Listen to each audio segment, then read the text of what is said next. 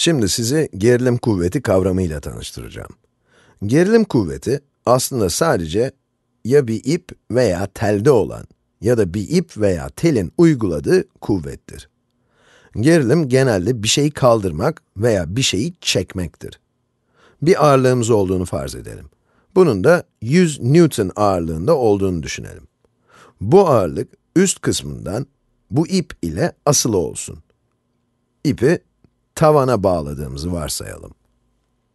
Bu kuvveti zaten biliyoruz. Biz bu ağırlığın bulunduğu gezegende ağırlığın yerçekimi tarafından çekildiğini biliyoruz. Bu ağırlık üzerine aşağıya doğru etki eden yerçekimi kuvveti olduğunu biliyoruz. Bu şartlar altında yerçekimi kuvveti 100 Newton'dır. Ama ağırlığın ivme kazanmadığını, durağan olduğunu da biliyoruz. Önemli olan şey bu ağırlığın durağan oluşu. Verilenlere göre ağırlık üzerine etkiyen net kuvvetin Newton kanunlarına göre 0 olması gerektiğini de biliyoruz. O zaman karşı kuvvet ne? İp ağırlığı yukarı çekiyor demek için gerilim kuvvetini bilmenize gerek yok. Ağırlığın düşmemesini sağlayan şey bağlı olduğu iptir. Yani ipin ağırlığın düşmesini engellemek için ağırlık üzerinde uyguladığı kuvvete gerilim kuvveti diyebilirsiniz. Başka bir açıdan bakarsak, kuvvetin telin içinde olduğunu da düşünebilirsiniz. Ve bu kuvvet de bu ağırlık üzerindeki yerçekimi kuvvetini tamamen dengeleyecek. Buradaki ağırlığın durağan olmasını sağlayan şey de bu gerilim kuvvetidir. Bu gayet açık. Gerilim sadece bir ipin kuvvetidir.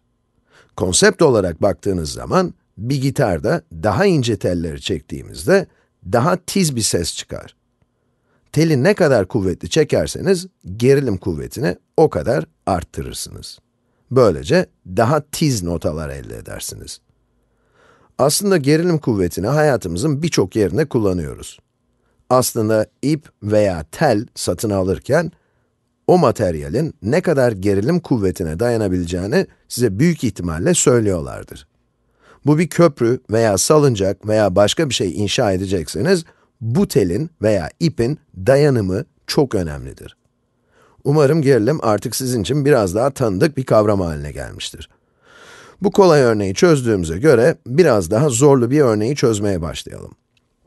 Aynı ağırlığı alalım. Aynı yerden tavana bağlamak yerine, iki yerden birden bağlayalım. Bu yeşil ipi ekleyelim. Bu ipi de tavana bağlayalım. Artık tavanımız, bu üstteki yeşil çizgi. Bu da duvarımız. Burada da duvara bağlı bir ipimiz olduğunu daha varsayalım. Size olan sorum, bu iki ipteki gerilim kuvveti kaç Newton'dur? Bu gerilim kuvvetlerine T1 ve T2 diyelim. İlk problemdeki gibi, buradaki kırmızı nokta durağandır. Sol, sağ veya yukarı, aşağı yönlerine hareket etmiyor. Bundan yola çıkarak, x ve y bileşenlerindeki net kuvvetlerin 0 olması gerektiğini de biliyoruz. Size olan ikinci sorum, dengelenen kuvvetin kaç n olacağıdır. Zaten tam buradaki noktadan aşağıya doğru bir kuvvet olduğunu biliyoruz. Bu kuvvet de yine yerçekimi kuvvetidir. Bütün bu sistemin ağırlığı kırmızı noktadan aşağı asılıdır. İşimizi kolaylaştırmak için tellerin hiç ağırlığı olmadığını varsayalım. Burada aşağıya doğru bir kuvvet olacağını biliyoruz. Yerçekimi kuvveti ağırlığı aşağı çekiyor, değil mi? Bu sistem teli tamamen aşağı doğru çekiyor. Peki buradaki yukarıya doğru olan kuvvet ne olacak? İplere ayrı ayrı bakalım. İkinci tel ağırlığı sadece sola çekiyor. Dolayısıyla y bileşeni yok. Ağırlığı da yukarı kaldırmıyor. Sadece sola çekiyor. Yani yukarı çekişin tamamı T1 tarafından sağlanıyor. Yani T1'in y bileşenini kısaca bir vektör olarak adlandıralım. Farklı bir renkle yapalım. Yani burada T1 vektörümüz var. Bunun ne olduğunu çözmemiz gerekecek. Ve de bu vektörün y bileşeni de var. Bu onun y bileşeni. Buna da T1y diyeceğiz. Ve tabii ki bu vektörün x bileşeni de var. Açıklığa kavuşturmak için söyleyeyim, burada sadece bir kuvveti daha önceki sorularımızda yaptığımız gibi x ve y komponentlerine ayırıyoruz. Bunlar sadece basit trigonometrik problemler. Şimdi bu bileşenlerin t1x ve t1y olduklarını rahatlıkla görebiliriz. Size bu soruyu çözmeden önce bilmeniz gereken önemli bir bilgi daha vermeliyim. İlk telin tabanla yaptığı açı 30 derece. Taban ve t2'nin paralel olduğunu da bildiğimize göre, burası 30 derece ise, burası da 30 derece olacaktır. Yani tam buradaki açı 30 derece olacak.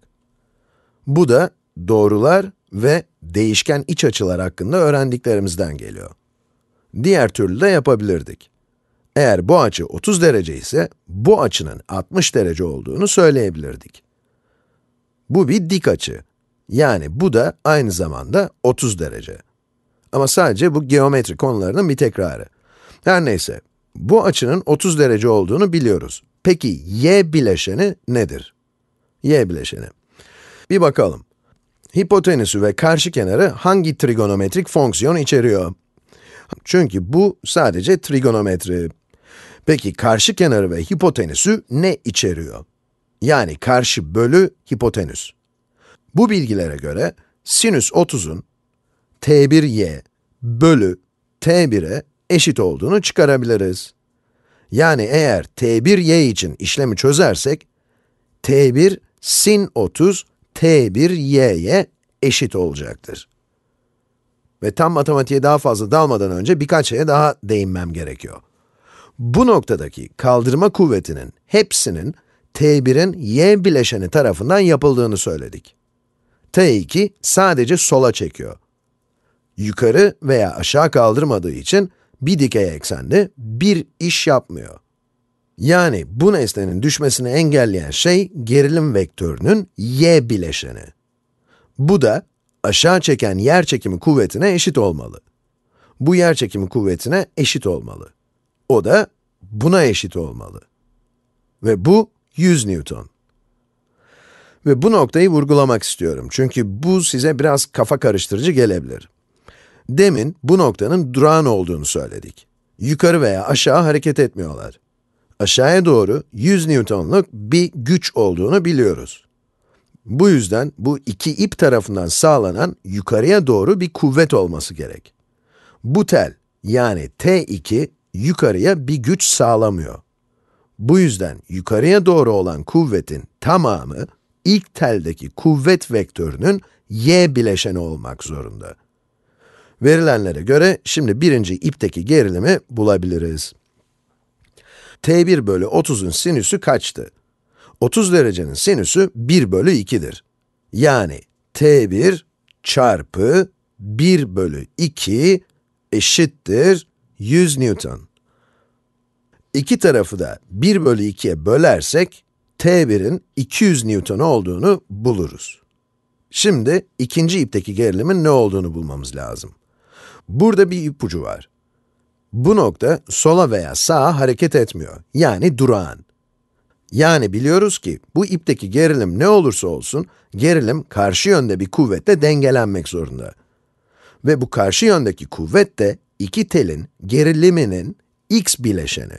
Yani bu kırmızı olan.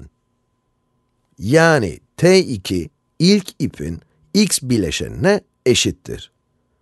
Peki, x bileşeni ne? Cevap, ilk ipin gerilimi çarpı 30 derecenin kosinüsü olacak.